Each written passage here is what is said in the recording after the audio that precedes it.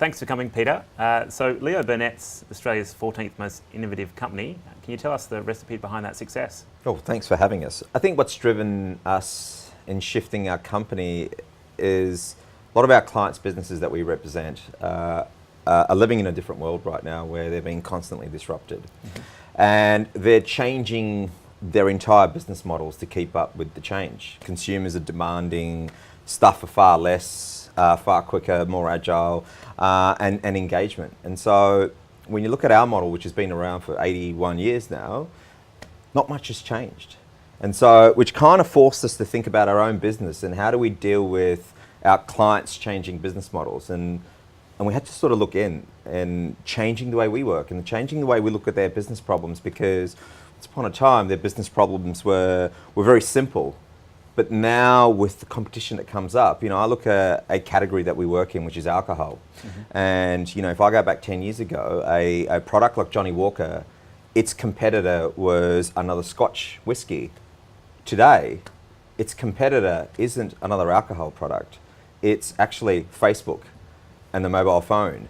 And, the share of mind of people thinking about alcohol is diminishing. What's becoming more popular in culture is the Facebooks and the Googles and the YouTubes, and so that's radically changed. So which has meant that we've had to think about the way we tackle business problems in a very different way, which has meant a complete transformation of how we go about doing things. So when you compete in the industry, which is advertising, it's kind of one-dimensional these days because the media environment's changed so much in terms of how our clients and their brands are interacting with consumers. So the output that we're creating today is very different. Go back 10 years ago, we were creating a great 30-second TV commercial for Bundaberg rum. Today, we're creating a new product that's powered by technology for Samsung that detects concussion in sport. So we're actually creating products versus just developing communication.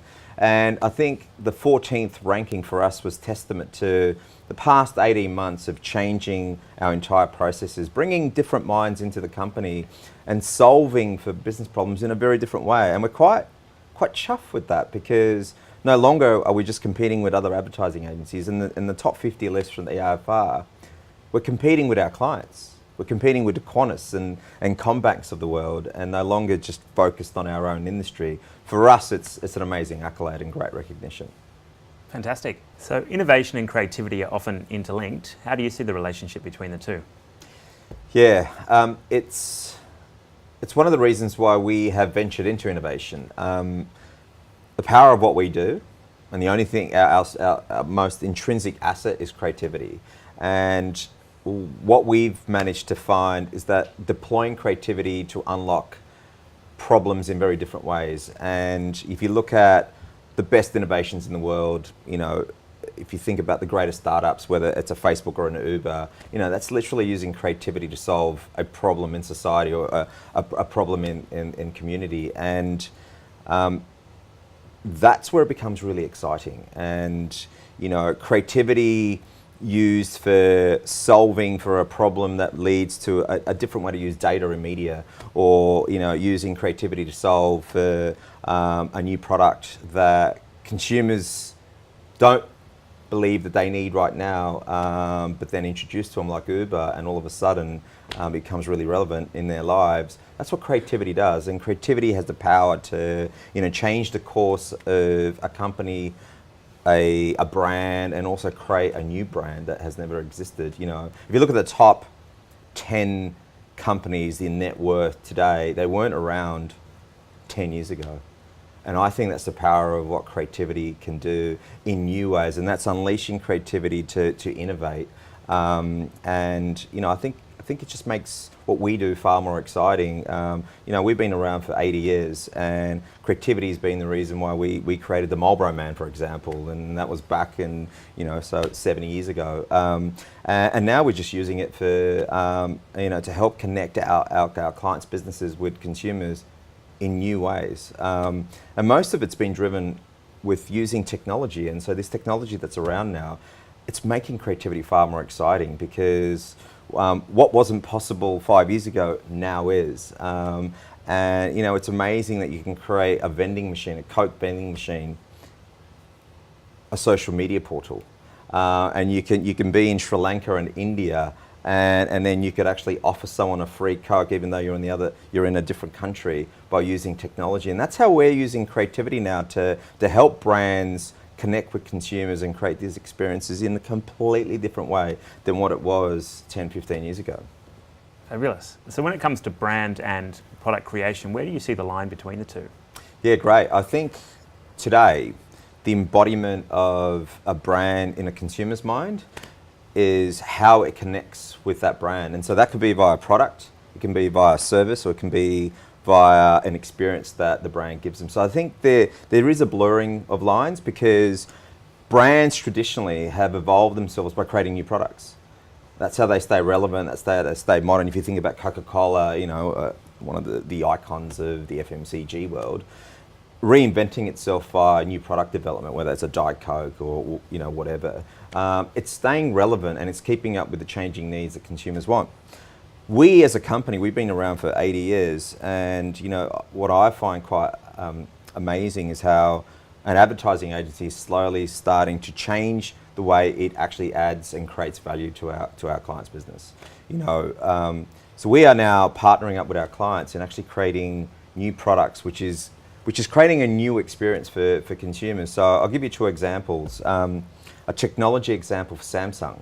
They're a leading edge technology brand, and we partnered up with them to actually create a new need for them using technology, and we created a sport concussion product called the Brain Band. And so effectively, if you think about sport, whether it's physical sport, rugby league, NFL, AFL, people are playing these sports, but not realizing that the amount of concussion that's happening at a grassroots level to all the way to a professional level, there's nothing there to detect it. So what we did is we created this product working with Samsung that could actually detect the impact that someone has in a tackle. And so we created the Brain Band, and that was something that was quite left to field for an advertising agency to actually partner up with Samsung to create using their technology. On the other spectrum is FMCG, and so we have a long-standing relationship with the Bundaberg rum brand in this country, and for it to stay relevant, the changing needs of Australian taste, which craft beer, we've seen a massive rise in craft beer. Health and wellness, making sure that people are drinking products that aren't going to add to their waistline. And so when you think about a Bundaberg rum product, which has a hardcore following, but how does it keep up with the craft beer that's been brewed in Petersham?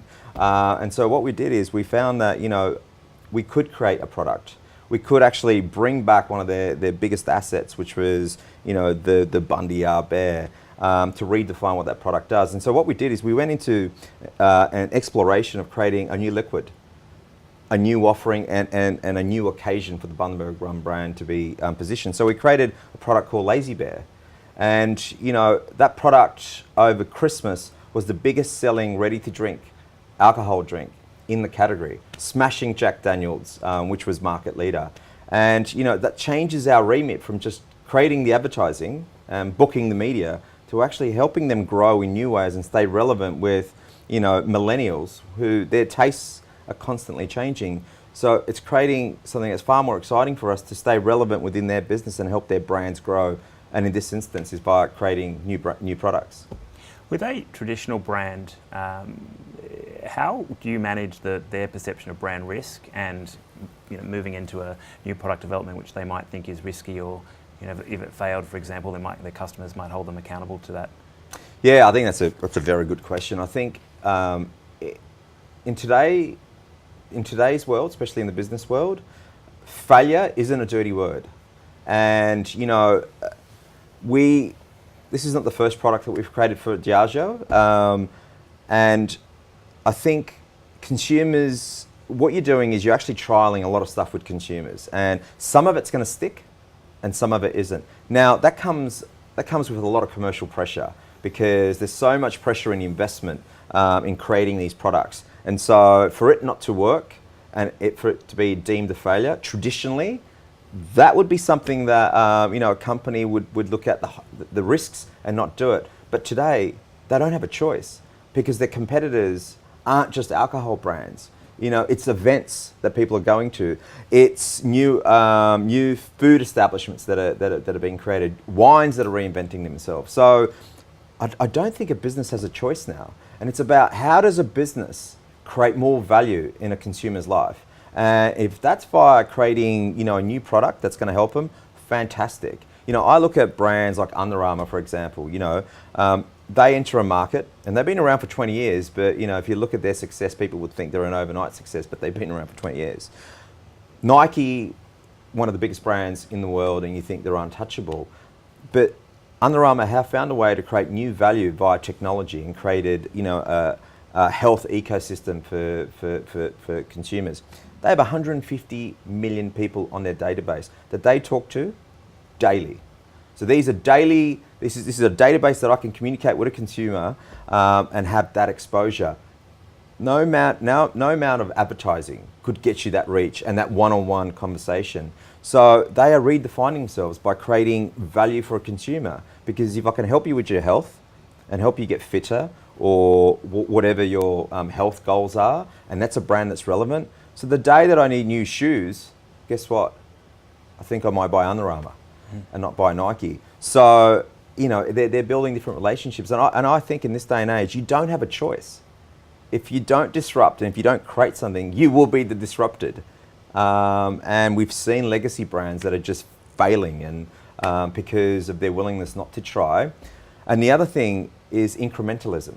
And I think that's the thing that just is destroying, especially Australian industry, because rather than look at how are they going to change the rules of the game of their industry or their category, they are looking at incremental innovation that, you know, appeases a profit and loss statement and says, hey, you know what, we've made incremental growth. But these businesses that are taking huge leaps, that are taking bigger risks, that are changing the game are the ones that will win at the end. Which brands globally do you find aspirational? If you had to go and work for a big brand, sort of which companies would you look at going to work for? That's a great question. Two off the hat would be Nike and Amazon. Amazon because I love the fearlessness in their approach. I love the fact that they can walk into industry and just completely step change and break every rule in that category because they have found a better way. They have really pinpointed an issue that consumers have, whether that's in the supermarket category, and find a completely new way to offer a service. You know, I look at the store that they've just opened up in Seattle where you could walk in and there aren't humans there at the checkout. And literally your payment is your phone and you walk in there and it recognizes you and you've got a seamless experience. No money is exchanged, everything's done to your phone and it's just seamless. Or you could be at home and you've run out of laundry powder and you've got a little device there that you can just talk into and then the next day it's delivered. I don't need to go online, I don't need to go on my phone, it's just done. And I think what they're doing is they're starting to listen to what consumers want. I love their culture, which is about how do you look at failure, not in a negative way, but in a positive way. Because I'm sure Amazon have released a lot of initiatives that haven't worked, but the ones that are working are changing the game. The other one is Nike, and Nike is a business that I absolutely love. And I love because they're such an inspirational, they're an inspirational brand that's driven by motivation. And that motivation is about, you know, not just about, you know, driving profits because they're highly successful, but it is about how do you take on industries and how do you then use creativity to innovate and inspire, you know, generations of people who come and who absolutely fall in love with the Nike brand. Serena Williams won the Australian Open 2 days ago. Now, the only press footage that I saw was her opening up a box of Nike Air Jordans with number 23 on there. And that was a gift from Nike and Michael Jordan to denote the amount of Grand Slams that she's won. That was the press coverage. It wasn't that I had won the Australian Open for X amount of times. It wasn't because, you know, it was you know, I was in the final with my sister. It was about Nike. And Nike have got nothing to do with the Australian Open. And that's because they're just so smart in the way they do things and they're so innovative in their approach. So I think those two organisations who aren't scared to fail. So Pete, you mentioned before that the agency model has been disrupted. Could you just go into that a little bit deeper? Yeah, sure. I think the Australian industry at the moment, there are so many competitors, and you know the advertising industry has been around for 80 to 100 years. So we've seen via technology, via startups, the way consumers actually interact with brands has changed dramatically. We talk about watching TV and you got 1 device, 2 device, 3 device, 4 device, then you got Echo in there as well, so that's 6 devices. So that has changed. So what it's meant is, we've seen a rise of companies who are specialists in field, specialists in mobile, specialists in content creation, and so that's put a lot of pressure on the advertising model. Because you can't be everything to all people, and I think right now, what agencies are starting to do is starting to focus on what do they want to be, how are they going to create value for clients' businesses, because ultimately, the days of just extracting value, I represent you, I can create communication from you and I'll take your money and your revenue, that's changed. It's about what kind of value can you create for a client's business in this new connected world. And I think this new connected world is forcing agencies to change the processes. I mean, we've gone through a massive radical process where the way we used to brand build 2 years ago has changed. We're putting the consumer at the heart of everything. One of the things when I first joined the industry, talking to consumer was a taboo thing to do in an advertising agency, because creativity reigned. How dare consumer have an opinion on this idea? We know what's right, we're the specialist. My opinion is that's bullshit. You've got to listen to the consumer. So everything that we do now puts the consumer at the heart of everything that we do. So we will invest hundreds of thousands of dollars of our own money to actually put our ideas in front of consumers before we share it with our clients. And that's not to ensure that what we're doing is right. It's to get actually input from consumers of, will this connect? Will this change the way you perceive a brand? And by learning, we're getting deeper insights, which means that once you get these insights, once you're solving these people problems, the solutions are going to be different. The solutions may not be an ad or a piece of content or a social media program. That could be whatever's right for the consumer. You mentioned before that customers don't compare Telstra to Vodafone anymore. They compare Telstra to the last best experience they had. That's sort of what you're talking about in terms of the level of experience these brands need to get to. Brands are so fixated on their own category. I mentioned earlier with Johnny Walker, being fixated on, their Scotch competitor. But today, if I'm Telstra and, I'm dealing with a customer, that experience that I've given that customer, they're not going to compare, that customer's not going to compare the Telstra experience with Vodafone anymore. They're going to compare the last experience that they've had. And that experience could be with Amazon. That experience could be with Nike. That experience could be with, the cool coffee shop down the road. And because the benchmark for consumers is that high now. Because what startups have managed to do, they're creating new industries, but a new level of experience. And I think the embodiment of a brand in a consumer's mind is no longer just the product and service. Just because you're Telstra doesn't mean you're going to get my business. It's the experience. How do you live in my life and how are you going to provide value? You mentioned startups there. How does Leo Burnett work with startups? Yeah, great. So 3 years ago, actually, we thought, there's a lot of new companies that are arising, these companies that have come out of thin air, and obviously the rise of Silicon Valley. So what we wanted to understand is, how do we learn, right? So how could we learn from why startups are succeeding? And sure, there are a lot that fail, but there's a hell of a lot that have changed the rules of the game, period. And so what we did is, we actually, in order to understand it, we wanted to create a product. So we created our own cider. And so, because when you're preaching to a client and you're talking to them about, we can build a brand, but not having the experience of actually having done it yourself, putting your own money, your own investment, learning about logistics and how to do it. So we thought, well, we're going to do that.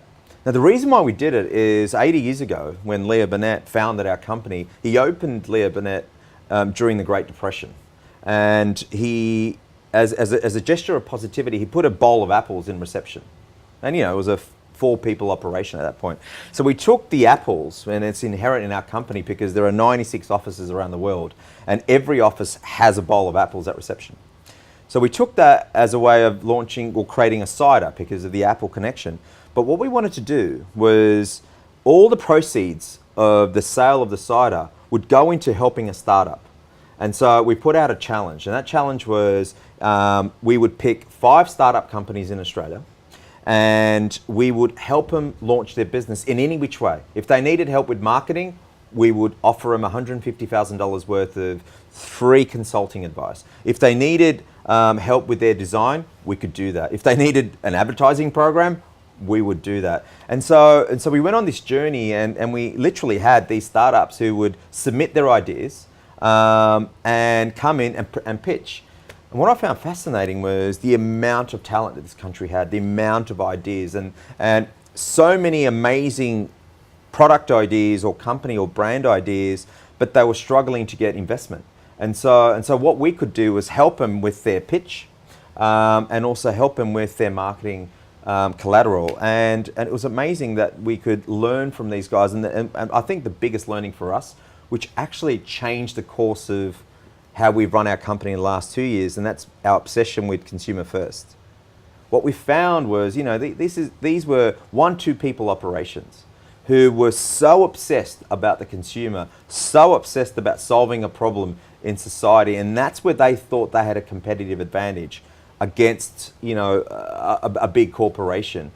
So we changed our whole methodology based on that, and that's what we did as a learning. It wasn't about, launching a product and for it to be successful. It was more about what could we learn about startups. So over that course, we've held a great relationship with the startup community. Our head of strategy, she works with us for 4 days. On the 5th day, she's got her own startup that she works on. I have no problems with that. I have no issues with our people who are out there learning, growing, and hopefully she's a success. But there's a lot that we gain by that because, being agile is what our clients want. Doing things on the cheap is what our clients want. So there's a natural process of learning as we go through this process of building a more compelling creative solutions company, which is what we're trying to build. Peter, thank you so much for making time. I know you're a very busy person. I found a lot of what you said very insightful, and I think the audience, those that are watching, are going to too. So thanks so much. No, thank you, Pete. Pleasure being here. Thank you so much. Cheers.